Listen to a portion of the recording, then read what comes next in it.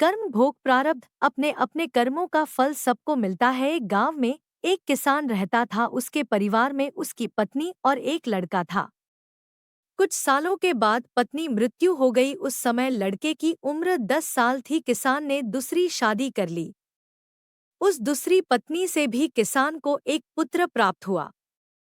किसान की दूसरी पत्नी की भी कुछ समय बाद मृत्यु हो गई। किसान का बड़ा बेटा जो पहली पत्नी से प्राप्त हुआ था, जब शादी के योग्य हुआ तब किसान ने बड़े बेटे की शादी कर दी। फिर किसान की भी कुछ समय बाद मृत्यु हो गई।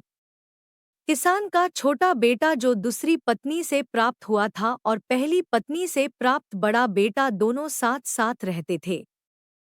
कुछ टाइम बाद किसान के छोटे लड़के की तबीयत खराब रहने लगी। बड़े भाई ने कुछ आस-पास के वैद्यों से इलाज करवाया पर कोई राहत ना मिली। छोटे भाई की दिन पर दिन तबीयत बिगड़ी जा रही थी और बहुत खर्च भी हो रहा था।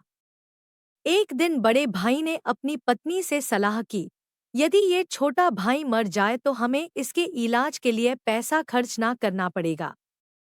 तब उसकी पत्नी ने कहा कि क्यों न किसी वैद्य से बात करके इसे जहर दे दिया जाए। किसी को पता भी ना चलेगा, कोई रिश्तेदारी में भी कोई शक ना करेगा कि बीमार था, बीमारी से मृत्यु हो गई। बड़े भाई ने ऐसे ही किया। एक वैद्य से बात की, आप अपनी फीस बताओ और ऐसा करना, मेरे छोटे भाई को जहर देना है। वैद्य ने बात मान ली और लड़के को जहर दे दिया और लड़के की मृत्यु हो गई। उसके भाई भाभी ने खुशी मनाई कि रास्ते का कांटा निकल गया, अब सारी संपत्ति अपनी हो गई। उसका अंतिम संस्कार कर दिया। कुछ महीनों पश्चात उस किसान के बड़े लड़के की पत्नी को लड़का हुआ।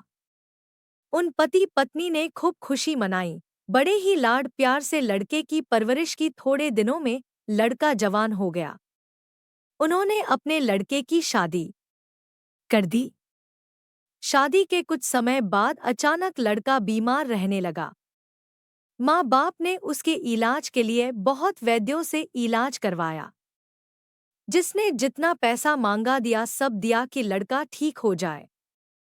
अपने लड़के के इलाज में अपनी आधी संपत्ति तक बेच दी, पर लड़का बीमारी के कारण मरने की कगार पर आ गया। शरीर इतना ज्यादा कमजोर हो गया कि अस्थि पिंजर शेष रह गया था। एक दिन लड़के को चारपाई पर लेटा रखा था और उसका पिता साथ में बैठा अपने पुत्र की ये दयनीय हालत देखकर दुखी होकर उसकी ओर देख रहा था। तभी लड़का अपने पिता से बोला कि भाई, अपना सब हिसाब हो गया, बस अब कफन और लकड़ी का हिसाब बाकी है, उसकी तैयारी कर लो। ये सुनकर उसके पिता ने सोचा कि लड़के का दिमाग भी काम ना कर रहा बीमारी के कारण, और बोला, बेटा मैं तेरा बाप हूँ, भाई नहीं। तब लड़का बोला, मैं आपका वही भाई हूँ जिसे आपने जहर खिलाकर मरवाया था। जिस संपत्ति के लिए आपने मरवाया था मुझे, अब वो मेरे इलाज के लिए आधी बिक चुकी है, आपकी की शेष है, हमारा हिसाब हो गया। तब उसका पिता फूट फूट कर रोते हुए बोला कि मेरा तो कुल नाश हो गया, जो किया मेरे आगे आ गया, पर तेरी पत्नी का क्या दोष है जो इस बेचारी को जिंदा जलाया जाएगा। उस समय सती प्रथा थी, जिसमें पति के मरने के बाद पत्नी को पति की चिता के साथ जला दिया जाता था। तब वो लड़का बोला कि वो वैद्य कहा जिसने मुझे जहर खिलाया था।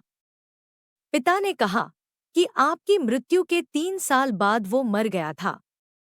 तब लड़के ने कहा कि ये वही दुष्ट वैद्य आज मेरी पत्नी रूप में है, मेरे मरने पर इसे